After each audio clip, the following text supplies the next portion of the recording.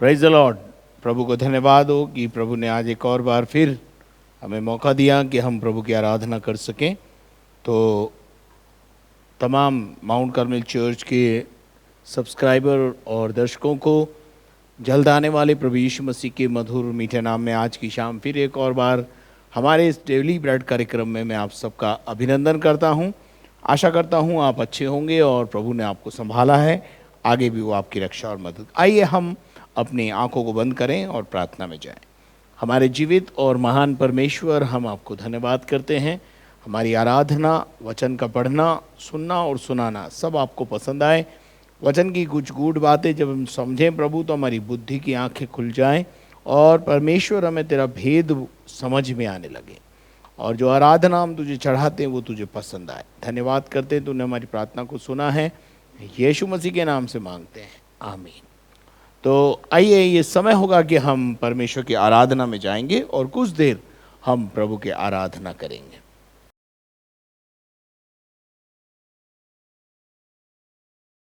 आइए मिलके प्रभु के नाम को ऊंचा उठाएंगे और गीत को गाएंगे। अकेला कभी ना छोड़ेगा आपको मेरा परमेश्वर, सदैव हमें संभालेगा।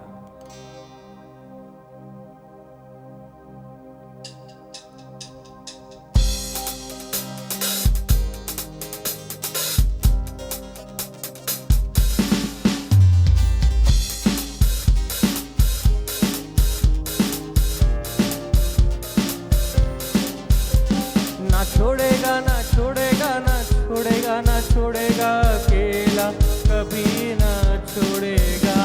ना छोड़ेगा ना छोड़ेगा ना छोड़ेगा ना छोड़ेगा, अकेला कभी ना छोड़ेगा। कभी नहीं कभी नहीं कभी नहीं कभी नहीं छोड़ेगा। कभी नहीं कभी नहीं कभी नहीं कभी नहीं छोड़ेगा। ओ ना छोड़ेगा ना छोड़ेगा ना छोड़ेगा ना छोड़ेगा, अकेला कभी ना छोड़ेगा। ना छोड़ेगा ना छोड़ेगा ना छोड़ेगा ना छोड़ेगा, अकेला कभी ना छोड़ेगा। कभी नहीं कभी नहीं कभी नहीं कभी नहीं छोड़ेगा। कभी नहीं छोड़ेगा। कभी नहीं कभी नहीं कभी नहीं कभी नहीं छोड़ेगा।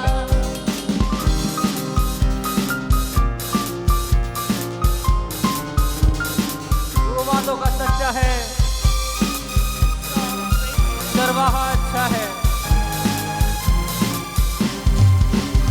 वो वादों का सच्चा है, सर्वाहा अच्छा है। वो वादों का सच्चा है, सर्वाहा अच्छा है। वो इब्तिदा इंतहा अल्फा ओमेगा है। वो इब्तिदा इंतहा अल्फा ओमेगा है। ना छोड़ेगा ना छोड़ेगा ना छोड़ेगा ना छोड़ेगा ना छोड़ेगा, अकेला कभी ना छोड़ेगा। ना छोड़ेगा ना छोड़ेगा ना छोड़ेगा ना छोड़ेगा, अकेला कभी ना छोड़ेगा। कभी नहीं कभी नहीं कभी नहीं कभी नहीं छोड़ेगा।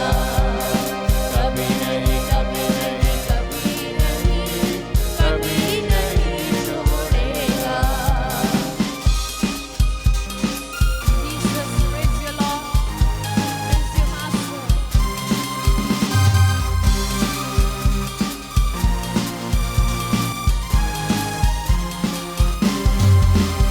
तूफानों में साथ है, मैदानों में साथ है।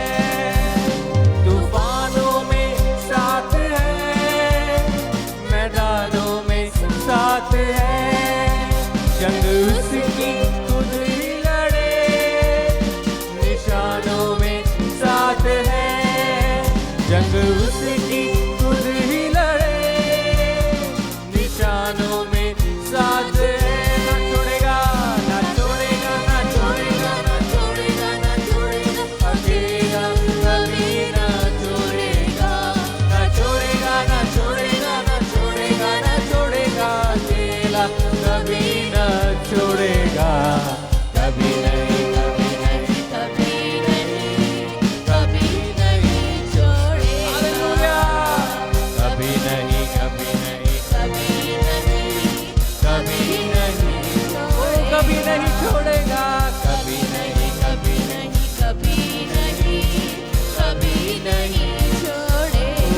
यीशु मेरा कभी नहीं, कभी नहीं, कभी नहीं, कभी नहीं छोड़ेगा, यीशु मेरा कभी नहीं छोड़ेगा, प्रभु मेरा कभी नहीं छोड़ेगा।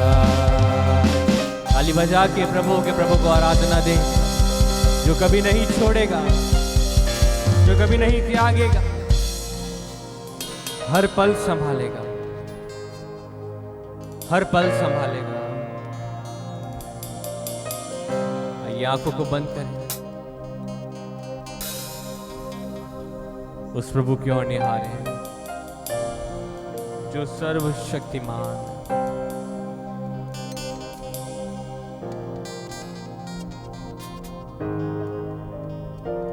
प्रभु की ओर ध्यान लगाएं।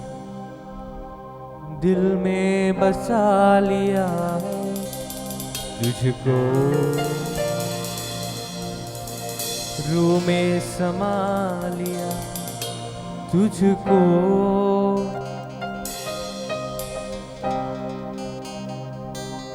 दिल में बसा लिया है तुझको, रूह में समा लिया तुझको, तेरी तारीफ, तेरी तारीफ, तेरी तारीफ हो है यीशु, तेरी तारीफ हो, तेरी तारीफ हो, तेरी तारीफ हो है यीशु।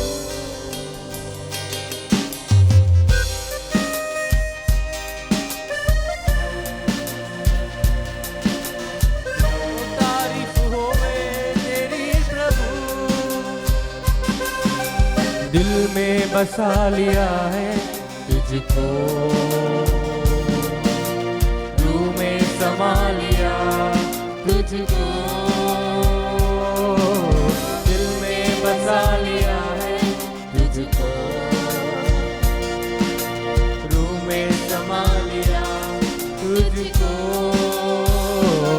तेरी तारीफ हो, तेरी तारीफ हो, तेरी तारीफ हो ऐ यीशु,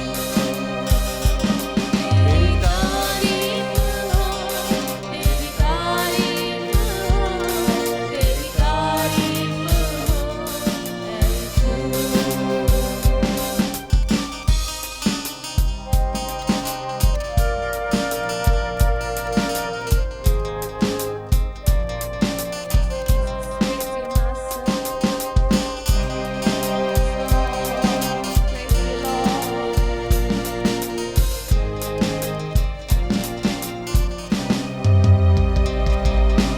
मेरे लिए तू मरा, मेरे लिए तू गड़ा, मेरे लिए तू मरा, मेरे लिए तू गड़ा, यीशु तू कैसा पिया, लहू से मोल लिया, मेरे लिए तू मरा, मेरे लिए तू गड़ा, मेरे लिए तू मरा, मेरे लिए तू गड़ा, यीशु तू कैसा पिया, लहू से मोल लिया, तेरी तारीफ हो, तेरी तेरी तारीफ हो, तेरी तारीफ हो है यीशु, तेरी तारीफ हो, तेरी तारीफ यीशु जी, तेरी तारीफ हो है यीशु।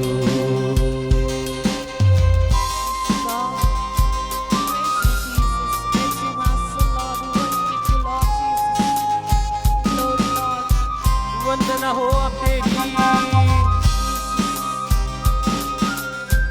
आराधना हो यीशु राजा, तू महान है।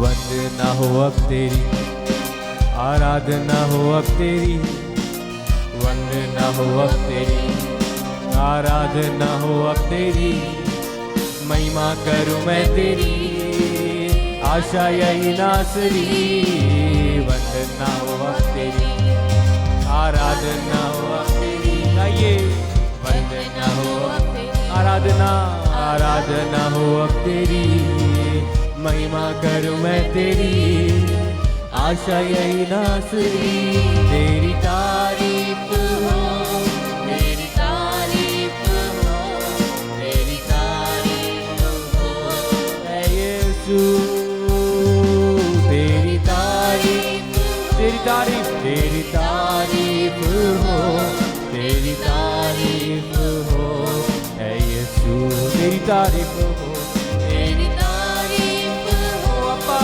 तेरी तारीफ हो, तेरी तारीफ हो, ऐ यीशु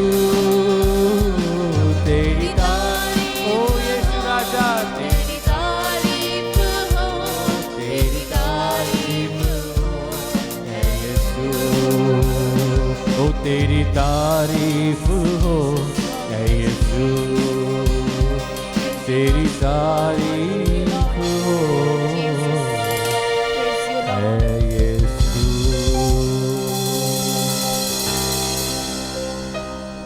हाँ प्रभु, तू तारीफ के योग्य है, तू ही है जो महिमा के योग्य है। ये जीवन तेरे साथ बसर हो खुदा, ये हमारे दिल की ख्वाहिश है खुदा। आइए प्रभु के दास के द्वारा उसके जीवित कलाम को सुने, उसके मन्ना को जो आज हमारे लिए प्रभु ने रखा है उसे लें अपने जीवन में, और वो मन्ना हमारे जीवन में कार्य करने पाए। जब उसका वचन आए तो अपने आप को कठोर ना करें मेरे प्रियो, बट नम्र हो कि उसके वचन को अपने अंदर रिसीव करें, सो दैट वो वर्ड हमारे जीवन में कार्य करने पाए, हमें आजाद करे, हमें स्वतंत्र करे, हमें और परिपक्वता में, आत्मा में और मजबूत करने पाए। Thank you for the Holy Spirit, we praise you. आइए प्रभु के दास के द्वारा उसके जीवित कलाम को सुनिए।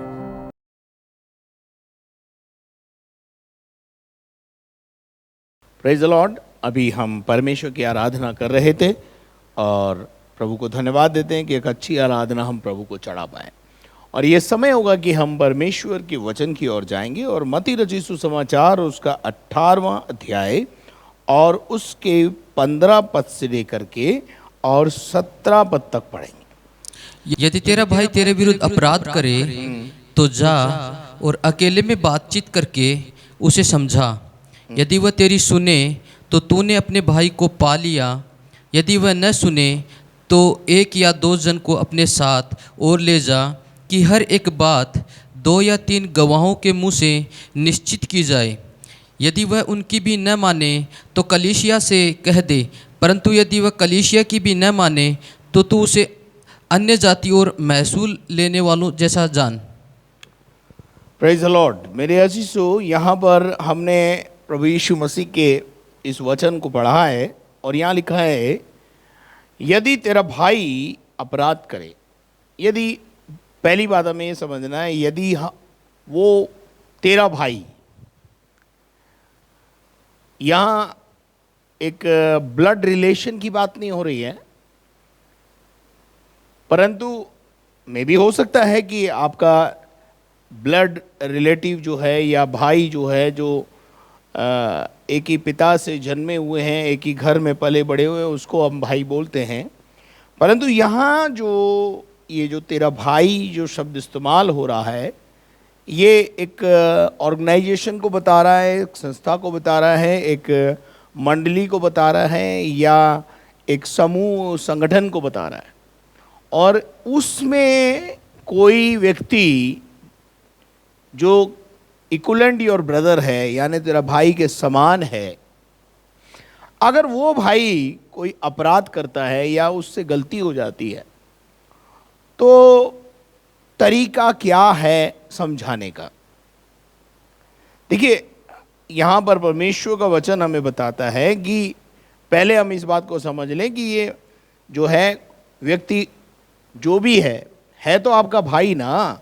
और इस भाई से यदि कोई अपराध हो जाए या गलती हो जाए, तो कैसे उस मतभेद को, उस परेशानी को या उस अपराध को दूर करके उस व्यक्ति को आगे बढ़ाना है। परमेश्वर का वचन हमें बताता है कि किस प्रकार से हम इन बातों को पूरा कर सकते हैं। तो मैं इसके लिए कुछ बातें आपको बताना चाहता हूँ। लेवी व्यवस्था 19वां अध्याय और उसके 17 पद को पढ़ें।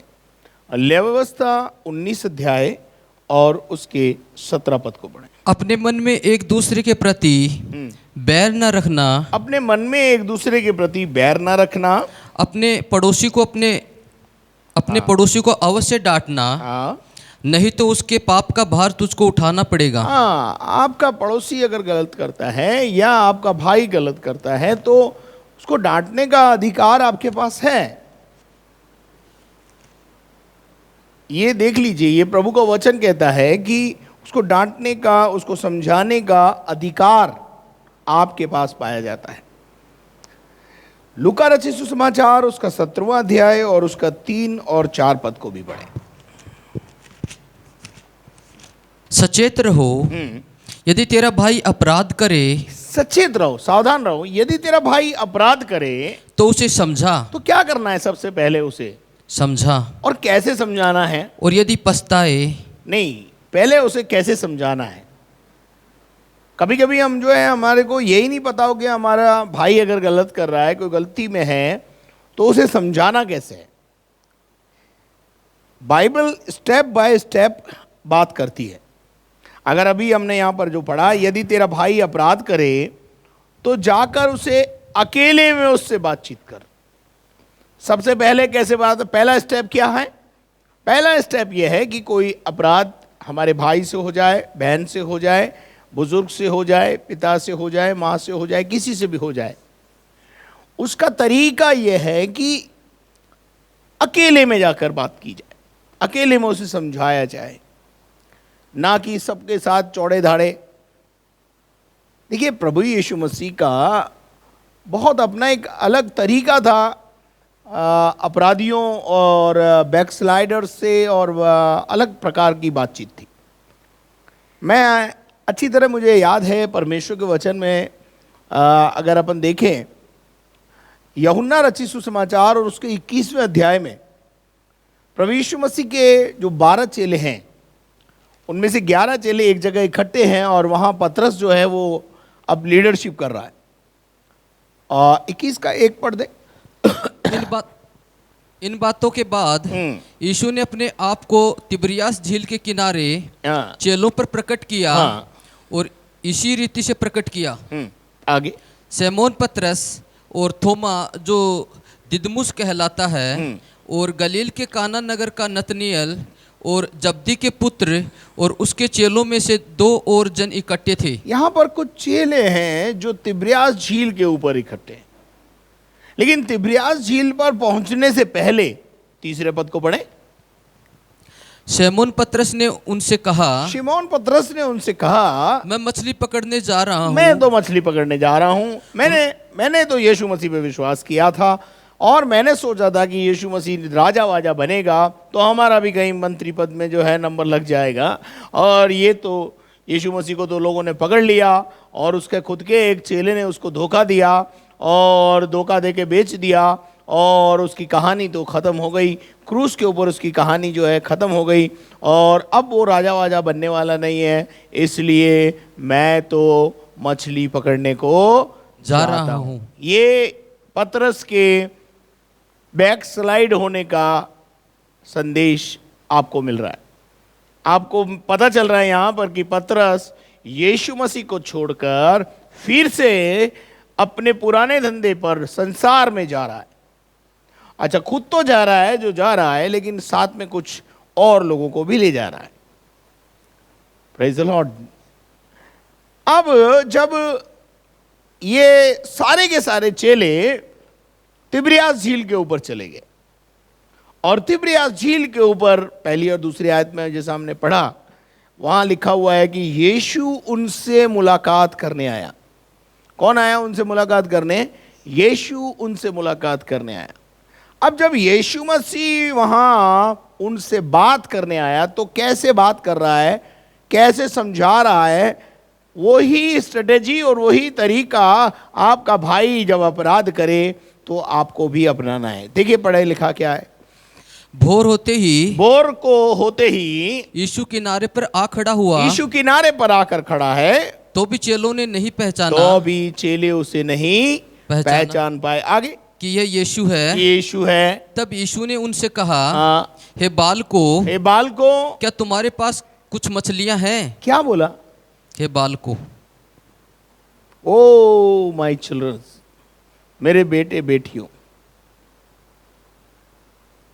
अच्छा, अगर यीशु मसीह की जगह हमारे साथ कोई ऐसा धोखा करता, हमको छोड़ के चला जाता,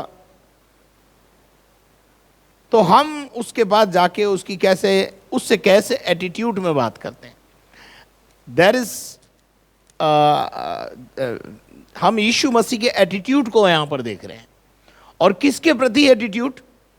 जो बैकस्लाइड हो गया है, जो यीशु को छोड़कर चला गया है, जो मिनिस्ट्री से भाग गया है, सेवकाई में था, सेवकाई को छोड़ करके चला गया है, खुद तो गया जो गया, यीशु मसीह के दूसरे चेलों को भी साथ ले गया, नुकसान पहुंचाया है, अपराध में घिर गया है। ऐसे व्यक्तियों से बात करने की स्ट्रेटेजी यहां पर दिखाई देती है। और यीशु मसीह ने यह नहीं कहा, नालायक, तुम्हें शर्म आनी चाहिए, 3 साल तुमने मेरा राशन खाया और मेरे साथ रहे, इतने बड़े बड़े चमत्कार मैंने तुमको दिखाए, और वक्त आया तो तुम छोड़ करके भाग गए। और पतरस, तेरे को तो बिल्कुल शर्म आनी चाहिए, तू तो जो है 3 बार मेरे को मुकर गया है, तेरे को मैंने पहले ही कहा था तू मुकरेगा, तू नुकरा ही है, तू मुकर गया मेरे से। ऐसी बात यीशु मसीह ने नहीं की, जैसे आज के पासबान बैकस्लाइडर लोगों से करते हैं। मेरे चीजों, यीशु मसीह का अपना एक स्तर है, और एक पासबान और एक लीडर का भी अपना एक स्तर होता है।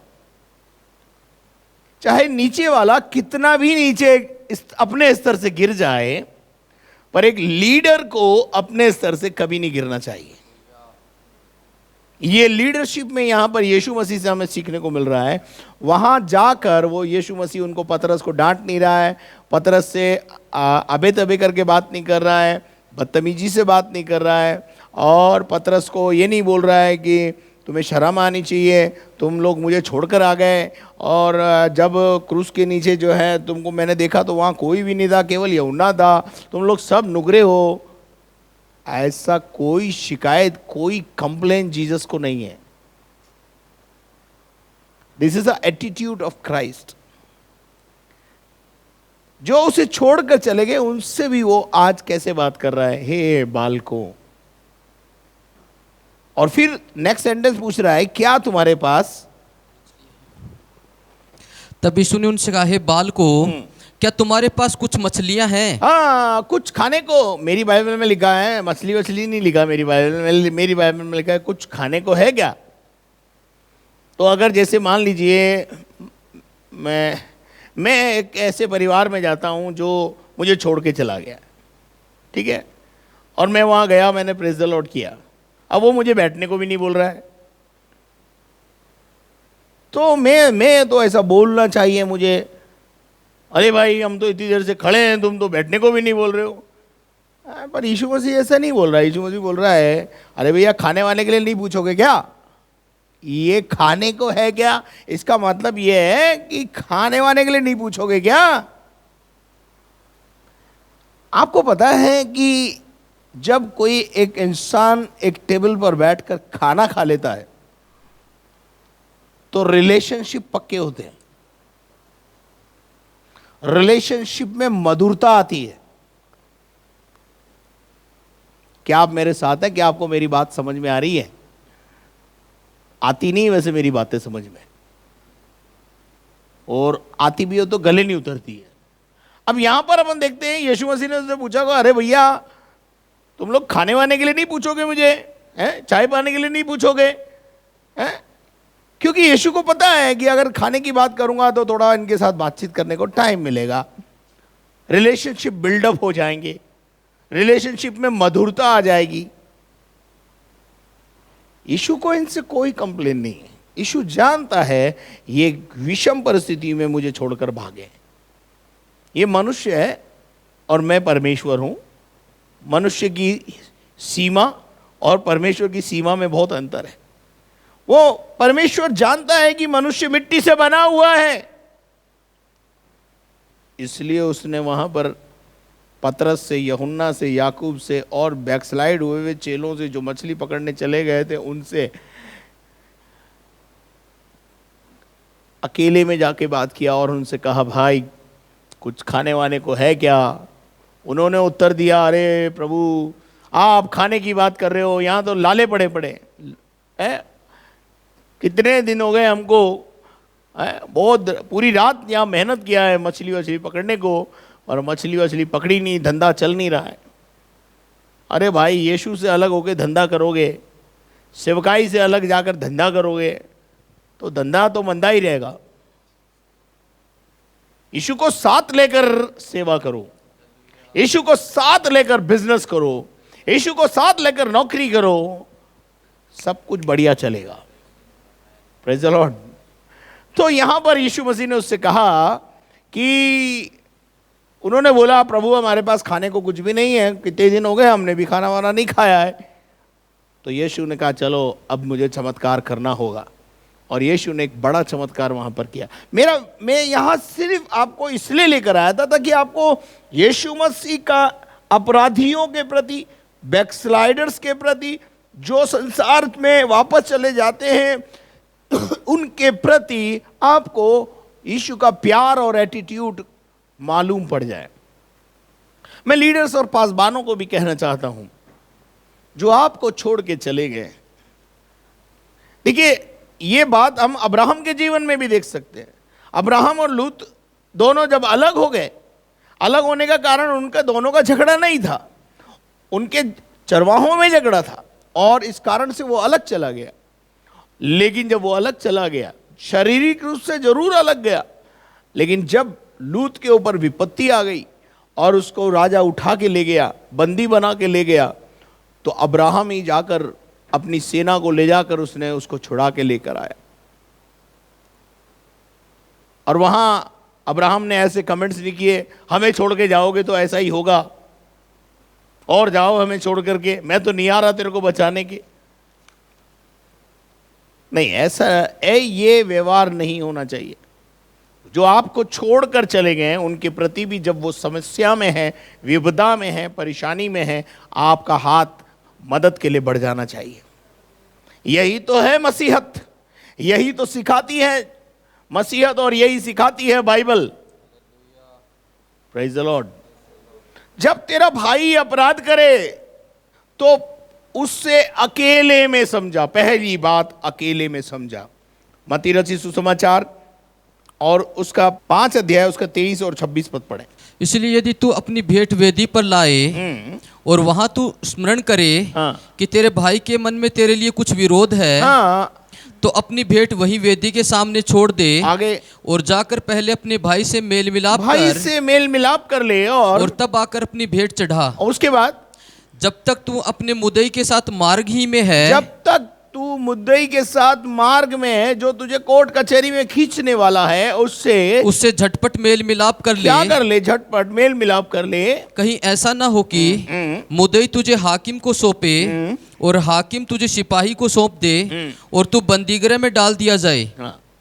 26 भी पढ़ दीजिए। मैं तुमसे सच कहता हूँ कि जब तक तू कोड़ी कोड़ी भर न दे, तब तक वहां से छूटने न पाएगा। रास्ते में मेल मिलाप कर ले, रास्ते में समझा ले, रास्ते में समझाइश कर ले। इससे पहले कि मामला कोर्ट कचहरियों में जाए और वहां से तू कोड़ी कोड़ी भरना पड़े, तुझे दंड उठाना पड़े, तुझे अपने भाई से रिश्ता ठीक कर ले। यदि तेरा भाई अपराध करे तो सबसे पहला स्टेप है कि उसे अपने भाई को अकेले में ले जाकर समझाना है, अकेले में जाके बातचीत करना है, पहला स्टेप। और बाइबल बोलती है यदि उसे समझा और यदि वो तेरी सुन ले तो समझ ले तू उस पर विजय को प्राप्त कर लिया, तूने कामयाबी प्राप्त कर ली, तूने भाई को फिर से प्राप्त कर लिया। लेकिन कभी कभी क्या होता है, जो अपराधी होता है वो अड़ियल होता है ना। अपराधी जो होता है वो कैसा होता है? अड़ियल होता है। मैं तो नहीं छोड़ता, जा कर ले जो कुछ करना है तो भाई। अब भाई नहीं समझ रहा है आप अकेले में, तो दूसरा स्टेप है यदि वह न सुने हाँ, यदि वो ना सुने, व्यक्तिगत प्रयास करने के बाद भी मतभेद ना सुलझे तो एक या दो जन फिर कलीसिया में कुछ ऐसे लोगों को जो कुछ समझे जाते हैं, जो एक नमूने का जीवन जीते हैं, उनको बुला और अपने उनके साथ बैठकर 2 या 3 गवाहों के बीच में उनसे बात कर, उनको समझा, 2 या 3 लोगों को लेकर के बैठ करके बातचीत कर। पहला स्टेप होना चाहिए अकेले में।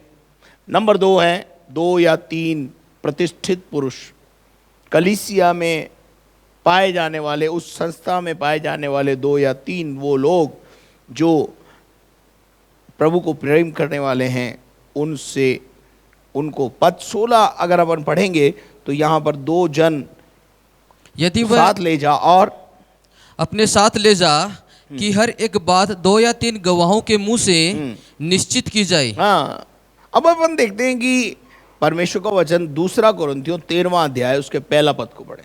व्यक्तिगत प्रयास, उसके बाद 2 या 3 लोगों को लेकर के प्रयास, उसके बाद पढ़ो। अब तीसरी बार मैं तुम्हारे पास आता हूँ, 2 या 3 गवाहों के मुंह से हर एक बात ठहराई जाएगी। 2 या 3 गवाहों से बात को पक्की माना जाए। कल को वही भाई ये ना कहे कि साहब मैं अगर नहीं समझाता तो कम से कम 2 लोगों को लेकर समझाते, तब शायद समझ में आ जाए। एकदम 3rd स्टेप पे नहीं जाना है। 3rd स्टेप पे मैं आ रहा हूं अभी।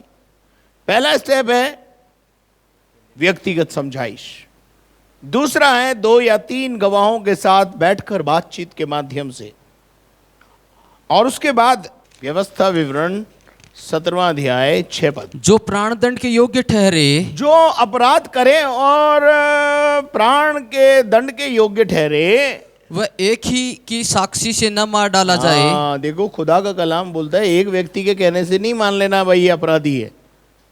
तुम्हारे एक व्यक्ति के कहने से जो है कोई भी व्यक्ति चोर हो जाएगा, ऐसा नहीं है। किंतु 2 या 3 गवाहों को साक्षी करके ही आगे बढ़ना है। पढ़ो। किंतु 2 या 3 मनुष्यों की साक्षी से मार डाला 2 जाए। या 3 साक्षी होना बहुत जरूरी है। कोर्ट में गवाहों की अपनी एक अहमियत होती है, इसलिए इस बात को समझे। 19 का 15 पढ़े, व्यवस्था विवरण 19 अध्याय उसका 15। किसी मनुष्य के विरुद्ध किसी प्रकार के अधर्म या पाप के विषय में, चाहे उसका पाप कैसा भी क्यों ना हो, चाहे उसका पाप कैसा भी क्यों ना हो, एक ही जन की साक्षी न सुनना। एक ही जन की बात सुनकर एक व्यक्ति ने आप पे आरोप लगा दिया। आजकल ऐसा ही बहुत लफड़ा है, बस किसी ने कुछ भी बोल दिया उसके खिलाफ धारा लगा दो, कोई सुनवाई नहीं है, कहीं कोई सफाई का कोई मौका नहीं है, कुछ भी बोलो, कुछ भी कर लो। मेरे अजीजों, यहां लिखा हुआ है उसके बिना, साक्षी के बिना ना सुनना, परंतु 2 या 3 गवाहों के साक्षियों के कहने से बात को क्या करना, पक्की ठहराना। अब ये दूसरा प्रयास। पहला प्रयास क्या है, व्यक्तिगत। दूसरा प्रयास है 2 या 3। तीसरा, उसके बाद भी यदि वो ना माने, ऐसा लिखा है, यदि वो ना, 17 पढ़ रहे हैं हम, यदि वो ना सुने, यदि वह उनकी भी न माने, यदि वो 2 या 3 गवाहों की द्वारा भी समझाइश को नकार दे और ना माने, तो कलीसिया से कह दे। तो फिर क्या लिया, चौड़े में लिया भैया। पहले अकेले में, फिर 2 या 3, according to the word of God चले। हर लीडर से मैं कहना चाहता हूं और लीडर्स को मैं एक बात कहना चाहता हूं कि बहुत सारे लोग हैं जो बहुत सारी गलतियां करते हैं, अपराध करते हैं, और लीडर को अगर वो आके बताते हैं और लीडर उसको समझाइश करता है, तो वो इसलिए नहीं करते कि आप जाकर जनता को बताओ कि वो फलाना भाई ऐसे अपराध में था, फलानी बहन ऐसे अपराध में थी, ऐसे पाप में थी। आपका डाइजेशन ठीक होना चाहिए, बात को डाइजेस्ट करके रखना, अंदर रखना, बाहर नहीं आने देना। कई बातें मेरी पत्नी पूछती है, मैं मेरी पत्नी को भी नहीं बताता हूं,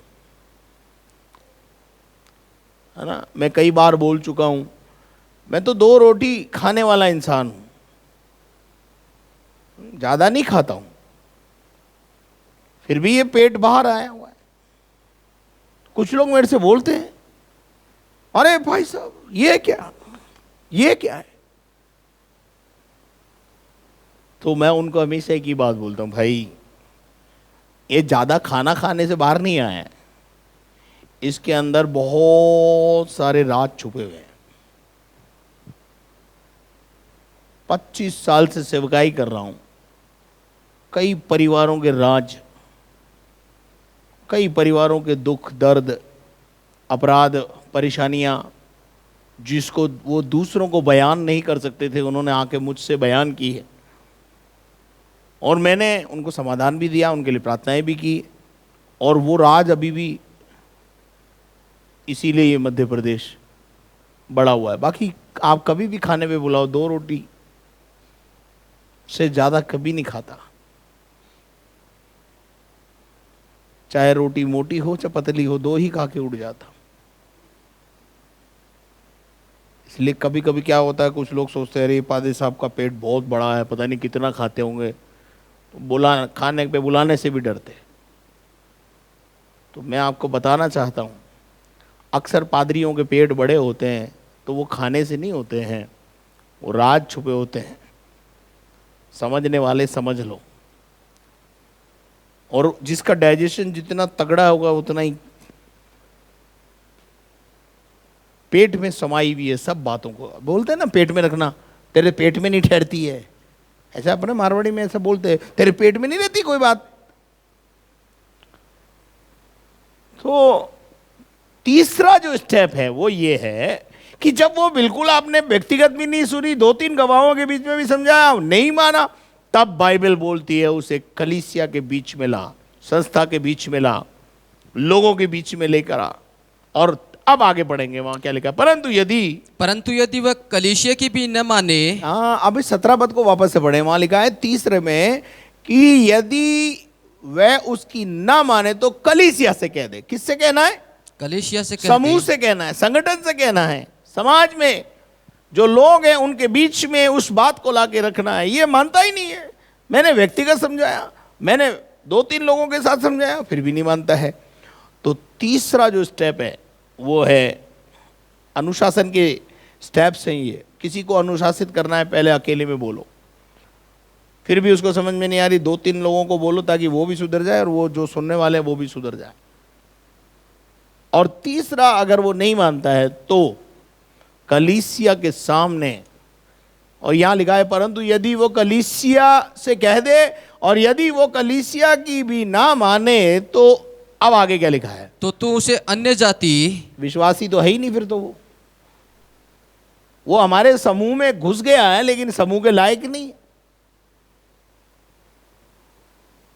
क्योंकि इतनी समझाइश करने के बाद भी नहीं माने। अब यीशु मसीह तिब्रियास झील पे गया तो खाली हाथ थोड़ी आया, जितने चेले गए थे सबको लपेट के ले आया, लाया कि नहीं? व्यक्तिगत समझाइश की और मान लिया चेलों ने, हाँ प्रभु हमसे गलती हो गई, हम तो तुझसे प्यार करते हैं, हमको वापस चल रहे मिनिस्ट्री में। यदि तेरा भाई अपराध करे और मान ले तो उसको क्षमा कर। Praise the Lord. क्या आप मेरे साथ हैं?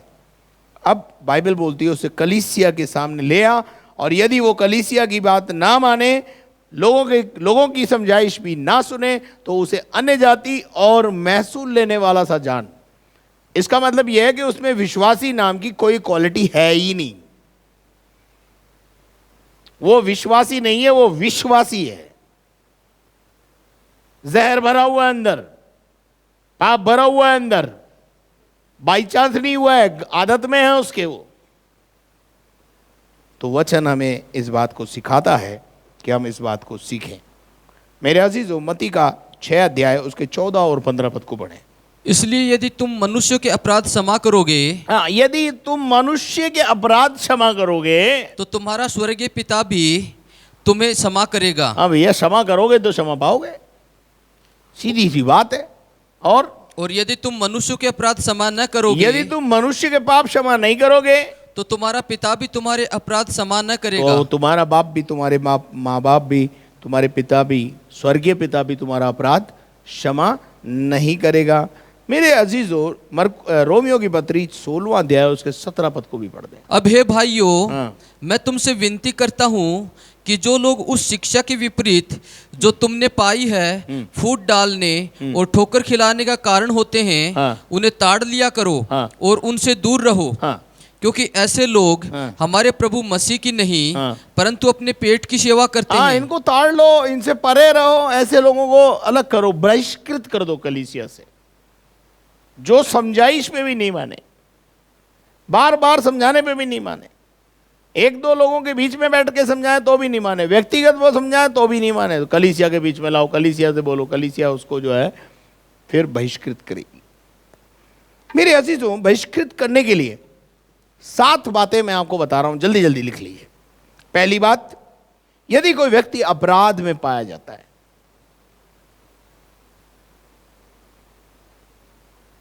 नंबर 2, परमेश्वर के विरुद्ध झूठी साक्षी देकर और दूसरों के ठोकर लगने का कारण बने, उसे कलीसिया में रहने का अधिकार, संस्था में रहने का अधिकार नहीं है।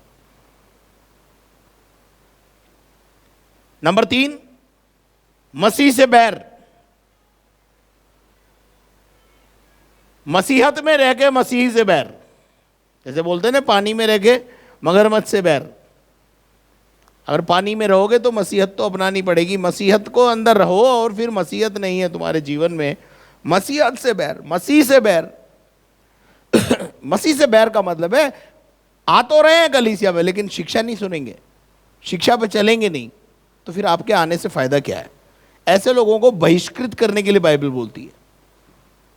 नंबर 4, भ्रष्ट आचरण और अनाज्ञाकारिता। इनके सबके रेफरेंस है मेरे पास, लेकिन समय का अभाव है इसलिए मैं रेफरेंस नहीं कोट कर रहा हूं। तो भ्रष्ट आचरण और अनाज्ञाकारिता, चौथा पद, चौथी बात, अगर कोई व्यक्ति भ्रष्टाचार में लिप्त है, अनाज्ञाकारिता करता है, बहिष्कृत करने के लायक है वो। 5वां, स्वयं धर्म त्याग, स्वयं के द्वारा उसका धर्म का अगर उसने त्याग कर दिया, बोले मेरे को मसीहत से कोई लेना देना नहीं, मुझे यीशु से कोई लेना देना नहीं, मुझे कलीसिया से कोई लेना देना नहीं, ऐसे व्यक्ति को कलीसिया में रखने का नहीं, वो बहिष्कृत होने के लायक है। फिर उसके बाद है व्यभिचार। व्यभिचार और कोई और घोर पाप जो आत्मा को नरक में ले जाते हैं, उसमें यदि पापों की 42 प्रकार की जो लिस्ट है उनमें से कोई अगर पाप में पाया जाता व्यक्ति और समझाइश पे भी नहीं मानता है वो व्यक्ति, ऐसे व्यक्ति को कलीसिया में से बाहर निकालने का अधिकार है। अधर्म, किसी भी प्रकार का अधर्म में अगर व्यक्ति पाया जाता है, 7वीं बात, तो उसे बहिष्कृत करने का अधिकार कलीसिया के बोर्ड को है, कलीसिया के बुजुर्गों को है। तो यहां अभी इन 3 आयतों में हमने देखा कि किस प्रकार से प्रभु का वचन कहता है, यदि तेरा भाई अपराध करे तो पहले अकेले में समझा, दूसरी बात वहां समझ जाए तो समझ ले तूने प्रभु तेरे भाई को पा लिया, वहां भी वो नहीं समझ रहा, 2 या 3 लोगों को लेकर अलग से बैठ के समझा, वहां भी नहीं समझ में आ रही है, तो एक भारी एक्शन है, वो है कलीसिया के सामने लाकर समझा। अगर हो सकता है कलीसिया के शर्म के मारे अगर वो शायद अपना अपराध मान ले और छोड़ दे तो बहुत अच्छी बात है, लेकिन अगर वो वहां भी अपनी ही बात पर अड़ा हुआ है और 2 या 3 गवाह उसके विरोध में हैं, तो उसे कलीसिया से बहिष्कृत करने का अधिकार प्रभु ने कलीसिया के लोगों को, बुजुर्गों को दिया।